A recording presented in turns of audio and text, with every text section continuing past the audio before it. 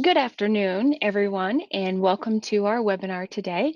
We're excited to have Warwick Leach from Columo, and Warwick is going to be presenting on top 5 corporate forecasting hacks used by your peers. And before I get started with this presentation, as a reminder, we are recording this webinar and it will be posted to our on-demand webinar library for you to review again or share it with anyone. And if you have any questions along the way, please feel free to type them into the questions box and we will get them answered during our Q&A time at the end of our session. So now I'm going to pass it on over to Warwick to kick off our presentation. Thanks so much, Angie. Really appreciate it. Thank you, everyone, for having me. I hope you enjoy it. As Angie said, today is all about the top 5 corporate forecasting hacks used by your peers. So first of all, we should frame why people are on the session today. There's going to be a few different reasons. Often it's similar reasons, and we'll go through those in a second. The last 12 months have been quite unusual, to say the least. And that has forced companies who either haven't forecasted before or maybe haven't even done a budget before to start forecasting often and actually create a forecast for the first time. So we've seen a huge influx in organizations needing forecasting, which I find really interesting. A budget, which a lot of organizations have, is set in stone at the end of the last financial year. And that gives us a pretty good insight into where we want to be, our targets typically. Our actuals show us how we've been going. A forecast tells us where we're going. And a lot of organizations don't use a forecast. So they kind of don't know where they're going other than gut feel. So when there's major disruptions like the pandemic that we're hopefully on the tail end of, we need to be able to forecast. We need to be able to make some decisions about what we do.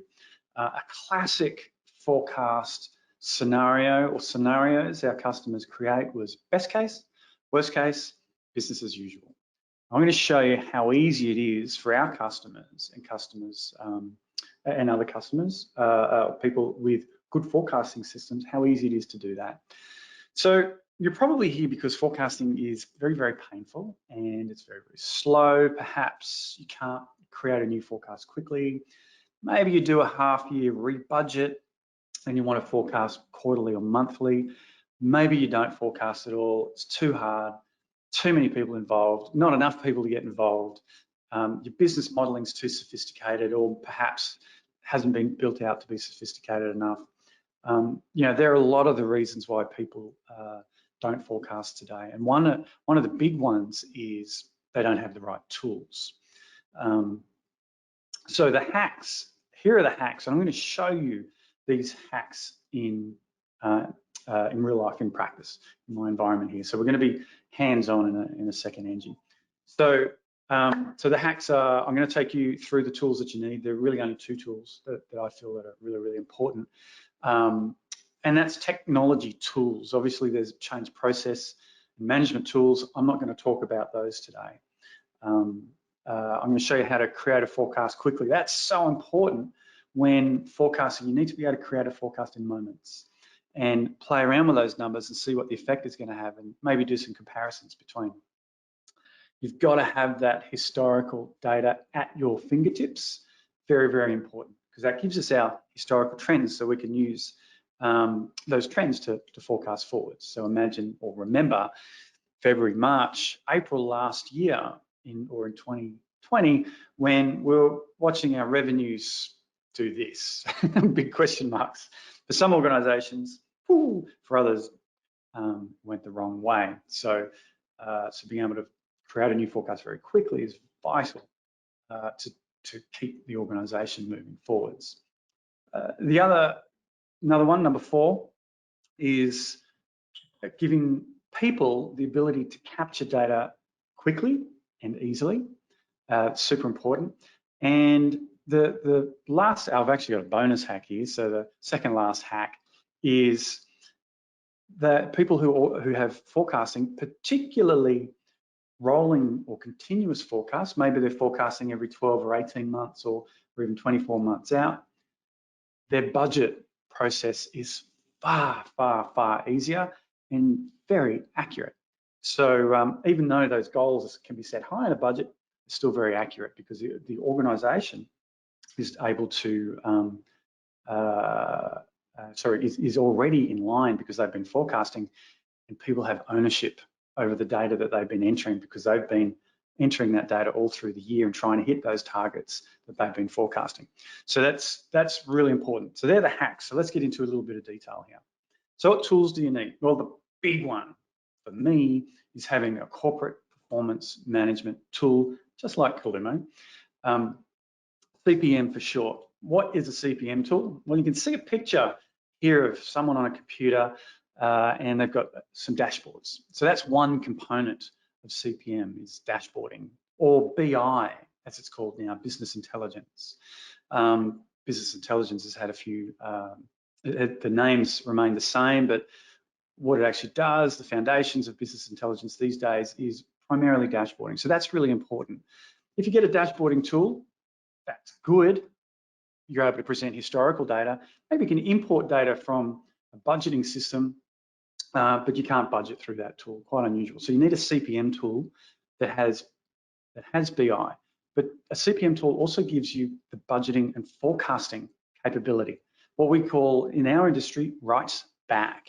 I can type numbers in, numbers are accepted, calculated, and presented back through maybe a dashboard. Also, a CPM tool has financial reporting. Now, dashboarding tools, for the accountants out there, you're going to know that they're not that great for financial reports. Some of them do it okay. I've seen dashboarding tools give me a P&L and a balance sheet upside down. My net profit's at the top. I'm a bottom line kind of a guy, so that doesn't work for me. I really need a bottom line adds to the bottom line.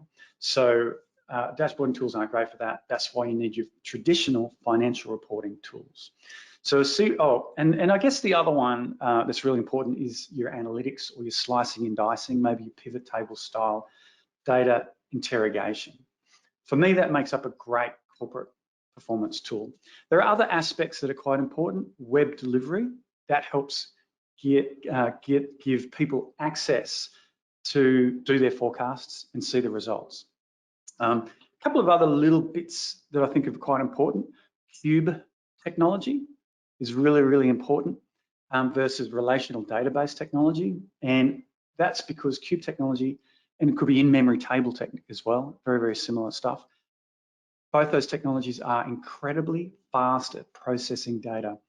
I want to be able to see my numbers typed in here, see the full consolidation at any point in time. So I could have someone in the field entering, maybe could be a currency change or simply a product change, maybe some more units sold for a division in a location. I want to see that flow to the consolidated result immediately. Very, very important in my opinion. Other things like workflow is very, very important as well for organizations who are not connected physically. The other very important tool is Excel. Now, probably people on this call today thinking, hang on, I've got Excel today and it's really holding me back because I got spreadsheets everywhere and formulas. I forget how they link, and I send these forecasts out to people, and people change the spreadsheets, insert rows and columns and rename sheets. So when I get the spreadsheet back, my links are broken, or classic I see often is people hit a space bar instead of hitting delete or 0. So you've got a bit of text in the cell and things won't calculate. We're not talking about using that Excel like that. We're talking about augmenting Excel, having an add into Excel like Columo does to empower Excel. So you don't have those linked spreadsheets, but you've still got a link to your live data. And it should also be your report authoring tool and your input authoring tool as well, because I guarantee everyone on this call today knows a little bit, but probably a lot about how Excel works and can build reports quite quickly. Without Columo, adding something, a CPM tool like Columo, you're going to make your life much, much easier. So they're the two most important tools for making this go.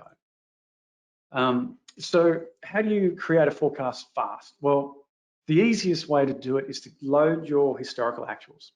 The way, the process, let's say you've just bought Columo or something like Columo, and you want to know how we're going to get the forecast up and running. First thing you got to do is connect to your source system, Business Central, NAV, SAP, it doesn't matter. You need to connect to that data. And what that means is getting appropriate data out of that system, a copy of it at transactional level, like general ledger, transactions, ARAP, for instance, they're the classics. Payroll is another as well, and maybe your sales data. They're the typical sales or revenue data.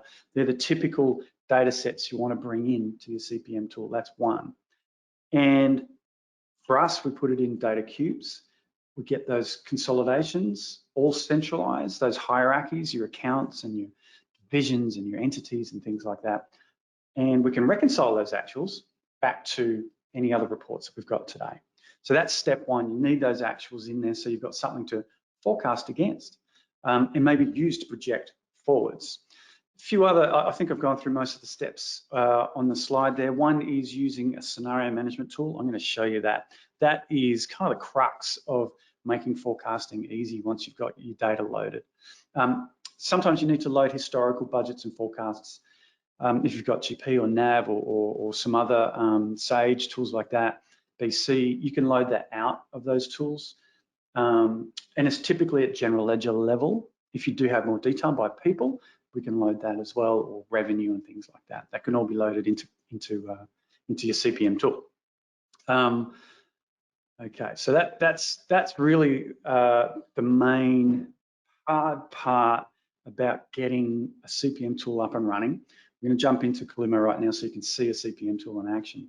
The other thing I didn't mention was calculations. The typical process for creating your forecast so people can enter the data is one, connect a data source.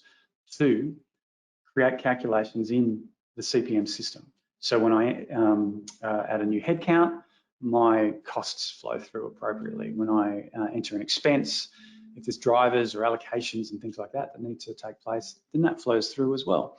Maybe you've got eliminations you want to do in your budget too, just for completeness sake. That's got to be configured as well.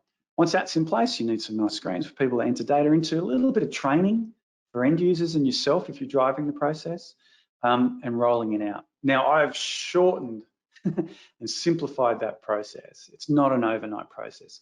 A budgeting and forecasting system is not a turnkey solution. Those turnkey solutions, and there are some, and still they're not turnkey, still take time and effort, and maybe they're not as flexible as you need.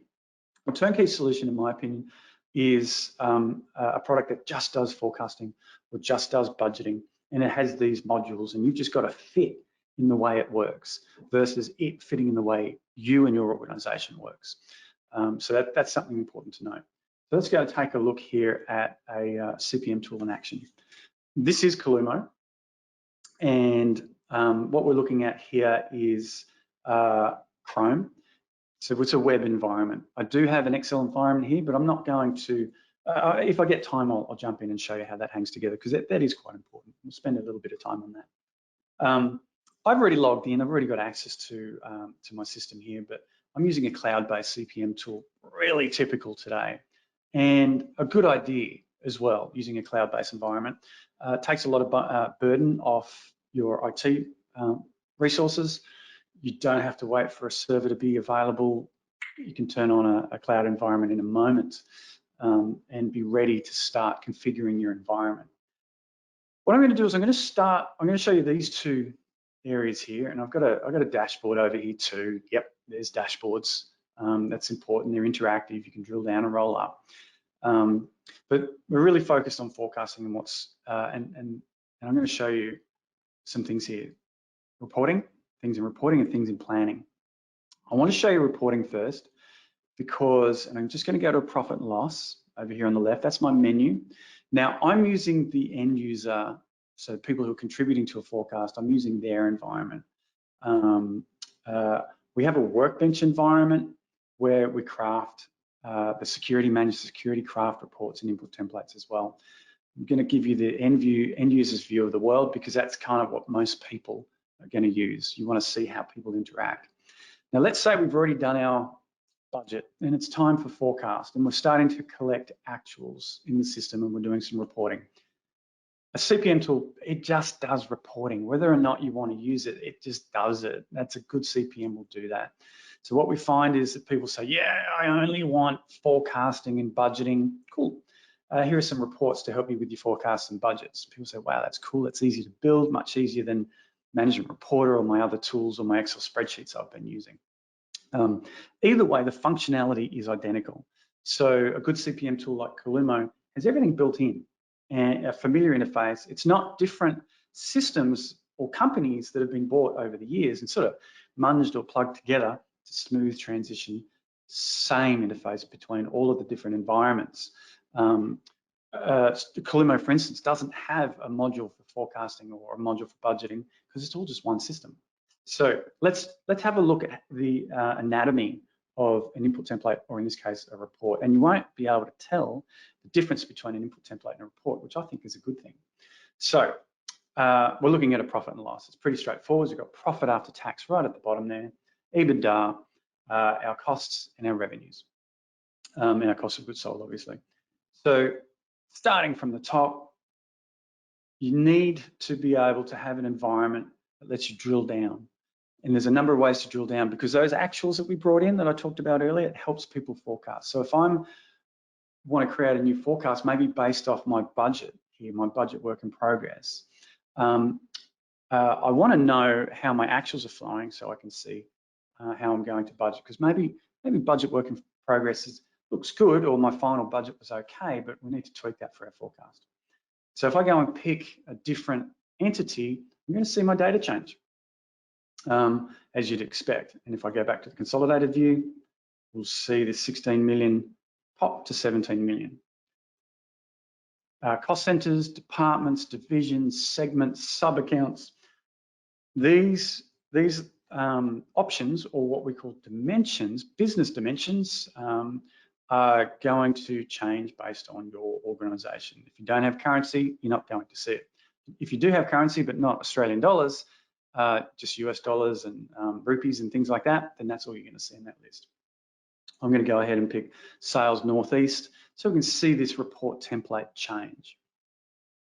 This is just how easy it should be for people to interact with the system. So if I'm going to do my forecast, I'm going to look at this data and say, okay, we're looking at Australian dollars. I'm looking at October here because that's the current month in our fictitious little environment here. I've got some commentary over here. So revenue increased due to sale of face masks. Maybe this is a face mask business and revenue's been increasing, and that's fantastic for this business. But we can see there's some other issues here that we need to deal with in our forecast. Commentary is super important. You may keep commentary today in a Word document, email, notes in Excel, which are kind of hard to get to sometimes, or you don't even notice they're there because you've got so many spreadsheets, or in the cell. Either way, you need to be able to collect that commentary. And this is really important. If I go and pick my Northeast division, you'll see that commentary disappear. That's fine. That's because I've actually got commentary entered at the top level. So you're able to capture data, commentary, at any of those intersects within your CPM environment. Really, some other things that are pretty typical that organizations need: the ability to drill down into detail. Now that could be drilling into the accounts. We can drill all the way down to the account level. And you'll notice here this tree structure, this consolidation or chart of accounts. It's got many groupings, many names, is actually managed, it should be managed in your core CPM tool. And we manage it in a dimension hierarchy. It's centralized. So if there's ever a change in that list, in this list over here, it's reflected on all input templates and all reports automatically. So you don't have to scurry around and change a bunch of spreadsheets. A little while ago, when I was doing budgeting and forecasting just using Excel, I ended up writing a bunch of macros to update spreadsheets that we'd already sent out to people. And unfortunately, only about 2 of the 20 people who were part of the budget process would run the macros and keep the spreadsheets up to date. Centralizing it just made my life so much easier. I also like to see the account number too. That's a personal preference. Not everyone wants to see that. Tells me I'm at the lowest level, and if I want to do some further analysis, maybe jump into my ERP, I can do that. If I don't want to jump into my ERP and I just want to drill down into some transactional detail, I can do that. This is another important feature because people will say, hang on, why, that's a big difference. Let me go and have a look at the transactions. So you can click a button like, go back here, select the cell, click drill through to transactions, and that'll go ahead and get me the detail behind the number I picked. So I picked a cost, therefore it's going to give me the general ledger information, and here it comes through. It's fake data, so this is all Latin, but we can sort and filter this data. We've got wages clearing and a whole bunch of things, all the different entities. We can sort and filter this data as well. Now I mentioned Excel is really important at the beginning. You can always export your data to Excel. So that's for further analysis. Now, when I'm doing my forecast and I'm about to enter my data, I've just drilled to transactions and I'm thinking, there's just too much data here, too much information. I really just want to analyze this. There's a number of ways of doing this. One of my favorite, one that's really, really cool is the guided analytics tool set that comes with Columo, where you can go and look at, say, another view of this data, of that account. So this is going to give me a view of this account by cost center, which is handy. This is really useful for people who don't want to drag and drop. They just want to click a button and see the result come through. And there are those numbers coming through. Now I'm more of a slice and dice kind of guy. So I'm going to, got that cell selected still. Let's go ahead and pick staff costs. And I'm going to click what we call magic views. And this lets me analyze my data. It looks like a pivot table. I can create reports and things from here. I'm just going to keep it simple for now. Got my staff costs. Well, I really just want to break this up by cost center. Drag, drop, and drill. Very, very simple. I could have months across the page here as well if I want. Compare my actuals to my budgets, things like that, but you get the picture. Drag and drop for further analysis. So you've got quite a lot of tools. Very useful in a forecast process. Saves all of those questions that people say. Why is this like that? How come I've got this amount here? Who entered that? They can answer that, all of those questions for themselves. So let's go ahead and enter some data. Let's have a look at the planning environment. I'm going to click on the planning scenario environment and show you that very, very quickly. We're going to come back to this screen. This screen is used and configured for your environment, but I'm going to work from the bottom up here. This is where we create a new scenario, maybe best case, worst case, and business as usual, where we copy data from one scenario to the next. And that's really, really quick. But how do you get data into Columo in the first place other than your actuals? I'm just going to drop into my budget whip here. Input template, looks like a report still. Very, very similar layout. The layout's fully configurable, very important, I believe, very important for any good CPM tool to give you options on how you want to lay out your report. If you don't want these selectors at the top, that's fine. Move them down the side. Perhaps you just want to use these options on the left here. We've got a bit of both here. I'm going to drill down, fix that Northeast division again, and you'll notice my cost center up here is going to change to Northeast. Now, there's two styles of planning, bottom up and top down. I'm going to show you bottom up, and then we'll play around with top down. Bottom up is really typical for budgets and often for a rolling forecast as well, not your one-off forecast. One-off forecast, you want to take a copy of data and just spread the numbers down and see where they lie because you're doing things at maybe more of a consolidated level. That's what we see. So I'm going to drill into motor vehicle costs here.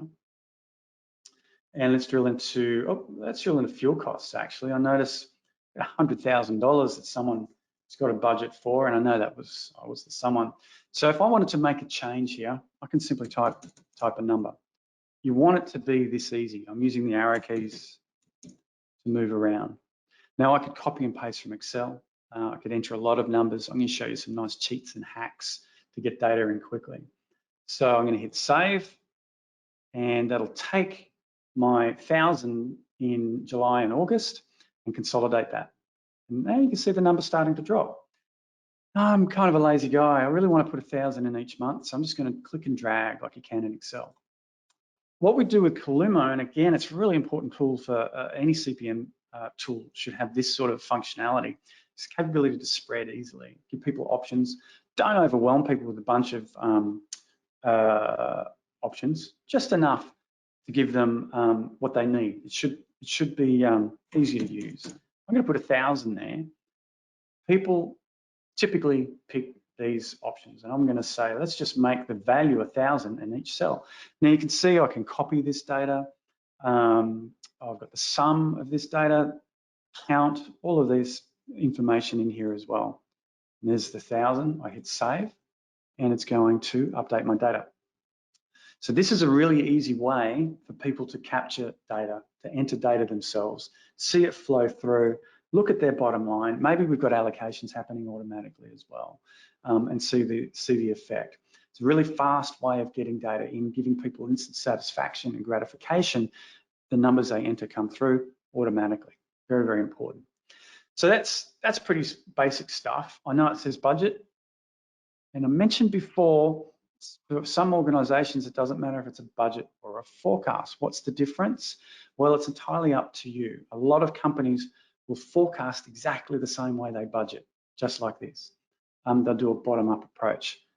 Kalumo can do both. Can do a bottom-up approach for forecasts or top-down. So let's start looking at that top-down approach now. So I've got my fuel costs here, and I really just want to enter an annual number. Let's let people do that. But if we look at this drop list, this is a new one. It says spread type. How do I want to spread my data? Well, I really don't want to use 2020 data because that was kind of weird. We had a weird year. Let's use actuals from the year before, so 2019, 2017, whatever foundational year we believe is going to give us a good forecast.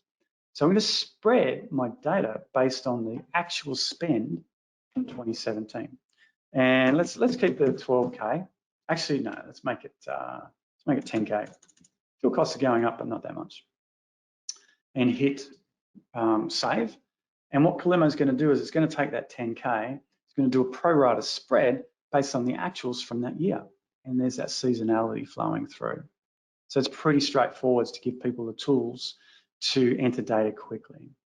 And you can see, oh, and if people want to drill down and get some more reports on those actuals, they can do that too, like I showed you in that other report, or if they want to jump to that other report, they certainly can. So now the other thing that we can do is some top-down planning. I've got some salary planning. I'm going to touch on that in a moment. Let's look at travel and entertainment. No, motor vehicle costs. So now my motor vehicle costs are at $12,000 because I've got some other costs in here. Let's see. We know we're going to have a big increase in motor vehicles, so let's bump it up and let's keep the spread based on historical trend. So now I'm looking at all motor vehicle costs. So a summary of accounts across time.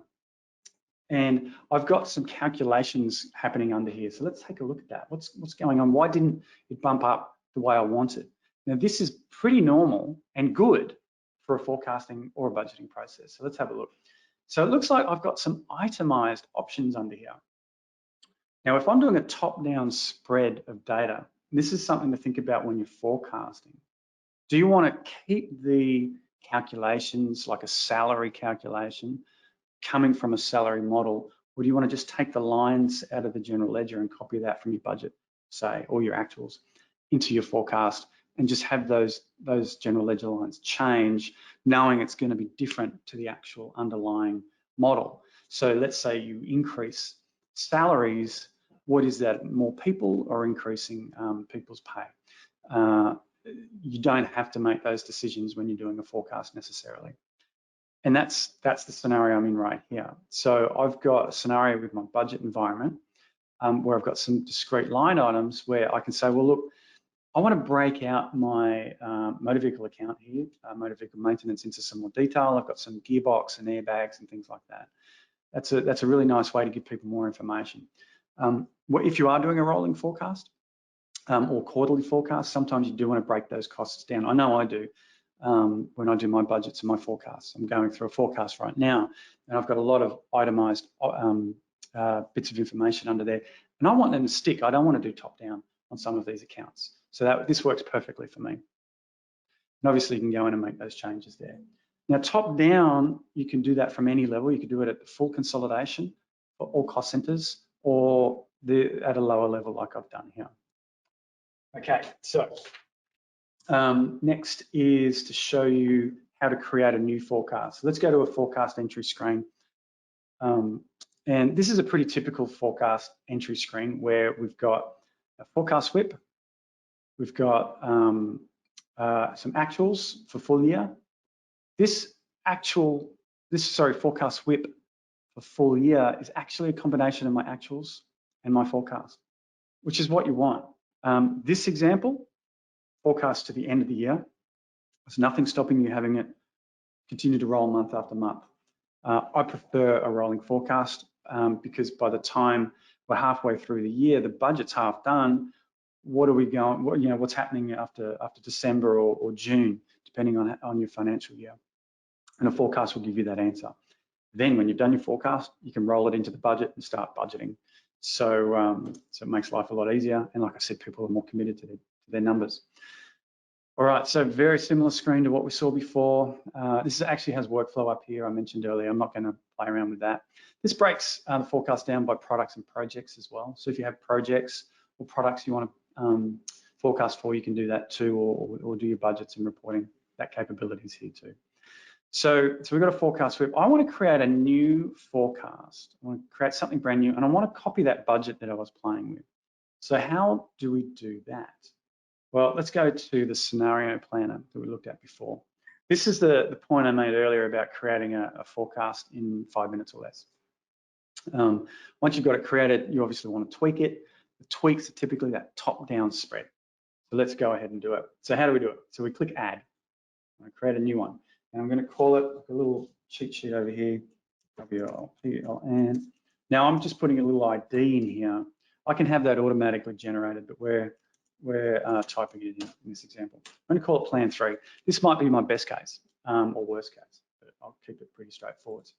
The status, is this open, under review, closed? Your actuals are going to be closed. Current year budget, current forecast are going to be closed. Snapshot or derived. And I'm going to pick open. Then you've got this public-private concept. So maybe I just want to create a forecast for me. Managers wouldn't do this. Executives typically wouldn't do this. More of an FP&A tool, maybe CFO, controller tool, where you're playing around with data. You just want to spend an hour tweaking some numbers to see what the result's going to look like. CEOs ask some questions, CFOs ask questions. Here's how it's going to go. You don't want to release it to the wild, but we're going to make ours public. If it is private, give it a no-no. So we're going to leave the map to. There's a couple of other options here. I'm just going to park those. Mapping means we can grab data automatically, say from our actuals or budgets. Kind of locks it in a little bit. I want this to be open and free flowing. So our from period is July 2017. Our to period is June 2018. And use actuals to November 2017. There we go. And that'll, and I need to give it a sort order. I forgot to do this the other day. We'll just make this, make it 14. And that's done, and we'll hit save. It's created, fantastic, nice to see the green box. And there's one here I didn't put a sort order on. You'll see it at the top of the list in a little bit. So we've created a scenario. There's nothing in there just yet. I'm going to hit this button, Process Dimension. And this is going to take that, very, very quickly, take that new member or new scenario and add it to my queue. And it's ready in my payroll, my general ledger, my revenue models, all of those places. But I've got to put some data in it. So I do have actuals, interestingly, because that's because I'm grabbing actuals and I've already mapped that here. But I want to get that budget WIP. So you notice it says from scenario. I'm going to go from budget WIP. And I'm going to pick what I want here, June 2017. So scroll the list. Now, this is just showing you the options for navigating. I like to be able to key stuff in. And in this example, we're picking a drop list here to June. That's fine. And we're going to drop that into July 2017 as well. This is going to take my budget WIP. Oh, I need to make one other change there. And we're going to put it into Plan 3, the one that we just created.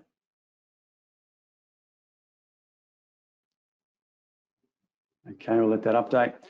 Then all I need to do is hit copy, create, say okay. And that's going to take all of the data from my budget scenario, maybe my actuals, maybe my forecast, and copy it into my new scenario. Now, what I could have done is I could have grabbed actuals from last year and put them into forecasts for next year. So you've got those options. That's why we've got that from and that to selection. So if I picked, say, July 2020, it would have taken the data and moved it across. Now let's go and take a look at our input template. So it should be that quick, and I went really slowly because I was explaining it, but it should be that quick to create a new scenario. So let's go and take a look, plan 3, and hit refresh, and that'll bring that data through like that. So it's pretty straightforward to get data into a new scenario. And from here, we can start typing in data. So it's that quick and easy to create a new scenario. A couple of other things that are really important to check out. And again, this is part of the hack of having a CPM tool. Go back to planning. I think it's important to have a good salary module or environment. And the way we've put this together in Columo is it's very, very flexible, where you load, typically it's an import of your employee data. I'm looking at a particular company in cost center and I can't see other people's employment data. We've got security built into that queue, and that's very, very important. This person here earns a lot of money, so we can click on that person and have a look at their salary, start dates, if they're a temporary person, end dates, any of their costs, whether we want to allocate this person's costs across different departments and divisions. We've got that capability as well. So it's quite a nice little interface for giving quick access to making modifications. You can add employees, temporary employees for your forecast as well, or remove them. So you've got a number of options. Global increases, whether it's Medicare or salaries, all of those sorts of things. Taxes, tax changes. I know Florida is going through a minimum wage increase over the next 5 years. So that's all taken care of within this module as well. And you can look down the side here, capital expenditure, capability to capture that's important. Even in a forecast, if you've got a big cost coming, you want to be able to manage that. Cash flow, that's important too. You need to be able to manage cash flow. Now, ideally, P&L, and you do some P&L and balance sheet budgeting and forecasting will build this up, but you still want the capability perhaps to overwrite some of that data in your cash flow so that can flow through, and you've got that available with some detail about why. These are all important features and probably outcomes and calculations or models that people use with forecasts today. And obviously revenue. This is a sales planning example here for capturing data. So enter in your volumes, and obviously your sales and your cost of goods are going to change. All centralized, you're not shuffling spreadsheets around. It makes a big, big difference. So it's a huge, huge #1 hack. Don't use Excel for sharing data. Now, when do you use Excel? I'm glad you asked. I'm going to go to Excel now. So I'm in Excel, normal Excel, and I've got a Columo ribbon. And if I want to create a new report or I want to analyze some data, I typically end up starting here. So I'm going to click the Browse button. And what Columo does is it actually, I'm already logged in, by the way, in my Excel Columo environment. It's going to open up my favorite browser, which for me is Chrome. We use Edge, Firefox, all of those tools are available. I'll just close this. And I'm presented with my workbench I mentioned earlier. I'm going to go to Data, and I'm going to go ahead and pick my environment, General Ledger. I'm going to build a really, really easy quick and easy report. I'm going to have accounts down the side. There are my accounts. And I'm going to throw, let's see, fiscal periods across the top. We'll pop company up here. I need my measures. So measures, this is a pretty cool tool. What we typically do is we bring in our natural signed account details. So if it's a revenue, typically it comes through, unless you've got SL and some other tools, it comes through as a negative. It's a credit. And obviously expenses are positive. So we bring that through in its raw form into Columo. We do a conversion for this reporting amount. So I'll just pick that, and we can drill down, start getting those accounts. Now, obviously, typically we want to see the trial balance, and if it doesn't, but it is in these periods, and that's really what we demo. So let's focus on that. There we go, and we'll drill that out. We'll get that data flowing across. Now I've got some other options over here. I'm going to pick scenario, throw that underneath my periods. Actual is going to be my default, but what we can do is pick actual and our new plan, and see that data coming through. That's the new plan that I created in that scenario manager. I like to see a variance, so let's create a variance. We'll create a calculation on the fly. I could do this calculation in Excel, but I'm going to do it here. Let's do a new calc. We'll just keep it really simple. Actual minus plan. I know this isn't perfect, but it's good enough for the demonstration. We'll do some, and we'll hit save. Oh, I need to make that public. Save so other people can see it. And I didn't hit insert. So let's go and do part of that again. Plan 3, insert, it'll appear on my list. There we go. Oh, plan 3 var, let's call it that. Save, insert. There we go. Click OK. And we'll get actuals, budget, and that variance coming through. So this looks like a pretty nice report. It's kind of long. Let's focus on net. We don't want net assets. I'm going to hit undo. An undo button is really, really useful.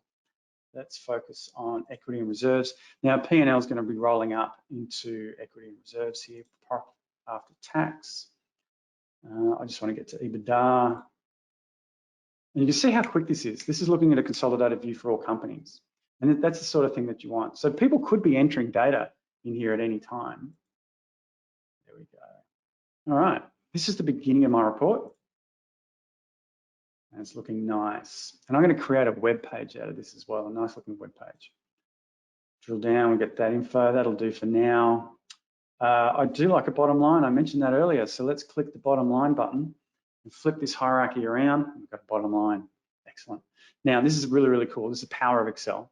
Power of Excel and Columo coming together. Power of Excel and a good CPM tool, where I've created a view and now I want to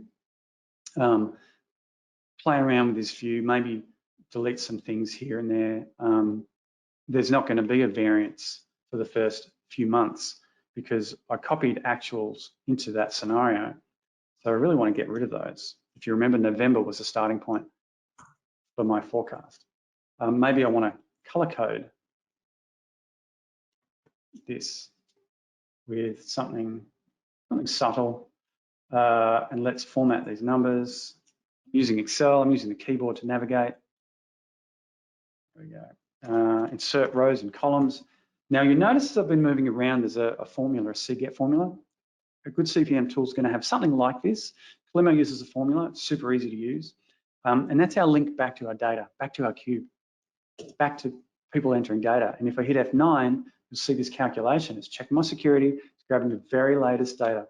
Maybe it's month end and we need to post some journals, post the journals, Columo updates, people are still forecasting, we can see the latest data, updating in the middle of a forecast process.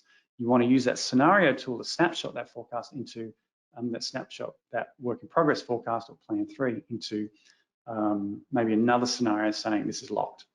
But while it's live, you can do that. All right, I can format this some more, but I'll stay there for now. I'm just mindful of time. I'm going to hit freeze panes. Now from here, I can save this and share this with people who have Columo in their Excel environment. And if they don't, I can use one of two buttons. Clear formula, which will take out my Columo formula, or this is the best one, publish. Let's click that button, see what happens. I know what happens. It's going to take that Excel spreadsheet and it's going to turn it into a web page. And here it is loading now, very, very quick. A dynamic web page where, just like the other reports you saw, just like that Excel spreadsheet, it's a template linked back to my Columo database. And it looks very similar. I think I must have Zoom on. There we go, 100% now. And you can see it looks the same. Now, if I indented my rows and things like that, it would look identical. I used freeze panes, and freeze panes is in action on the web page as well. So this is a plan. If I picked a detailed company here, or if I wanted to do a top down, it would push the numbers down here as well. It's security that manages whether it's read or write. So it's very, very easy to create an input template or a report for people to interact with. And I can drill down on my rows and columns as well. Okay, so that's quite a lot of information for people to grab, and it's the bulk of the hacks for people today who are automating their forecasting process and moving from a no forecast to a rolling monthly forecast because it's quick and it's easy. Now, it's not an overnight process, like I said, and once you've got your system up and running, it's not an overnight process to get everyone involved. Like I said, change management, bringing people along, that's a different and just as important process to manage as well. There is the bonus hack I mentioned earlier, and that's artificial intelligence or machine learning. Machine learning's been around for a long time, since about the 60s, and it is used in a lot of places you would not imagine, but it's not used a lot in forecasting. We do have clients who use machine learning for forecasting, particularly in retail and the restaurant industry, and the predictions that the machine can do are quite excellent. Very, very interesting. Legal firms use it as well. The cool thing about AI is, as the picture suggests, it helps you see around the corner. Artificial intelligence is actually very easy to use these days. You don't need to be a data scientist to make it go. We've helped organisations get up and running, and it was relatively quick. There's another session on AI that I've done in the past, and I can do again. If you want more information on it, let me know. The cool thing about machine learning, which is a subset of artificial intelligence, is it doesn't have an axe to grind. It's not going on gut feel. It's using historical data and trends to predict the future.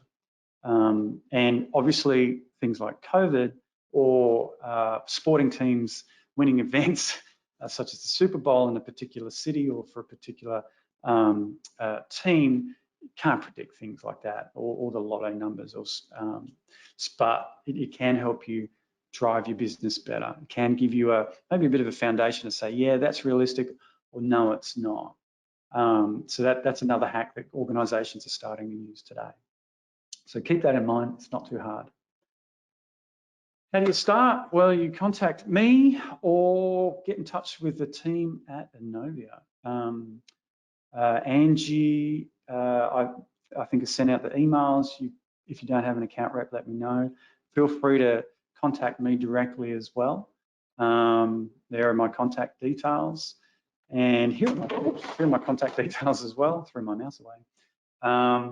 Got to have a little bit of awesome information about Columo winning a ton of top rank awards in the most recent Bark survey. Check it out online, or reach out and we can get you that survey. That survey compares Columo to a whole lot of other products in our industry, so competitive products to us. And we rank very, very well. And it's a user survey. Analysts don't really get involved. It's really users giving their feedback about us when compared to other products. So do check it out. Angie, I'm going to hand it over to you. Thank you, Warwick. We do have a couple of questions. If anybody has any further questions, please go ahead and take this time to get them into the questions box and we can get them addressed. The first one is, can you connect to different accounting systems? Yes. It's not unusual for our customers to have more than one system. We typically have like a consolidation or a master system. It might be Business Central, for instance. But companies on the acquisition trail are going to be acquiring companies that will have different systems, and sometimes they just want to leave that organization with that particular accounting system, and we can bring that in as well. Other systems would be point of sales, other revenue systems. Sometimes they're homegrown bespoke systems. We can connect to all of those. Okay, thank you. And can you do rolling forecasts? Yes, yeah. It's something I think I mentioned once or twice there. I recommend doing a rolling forecast. When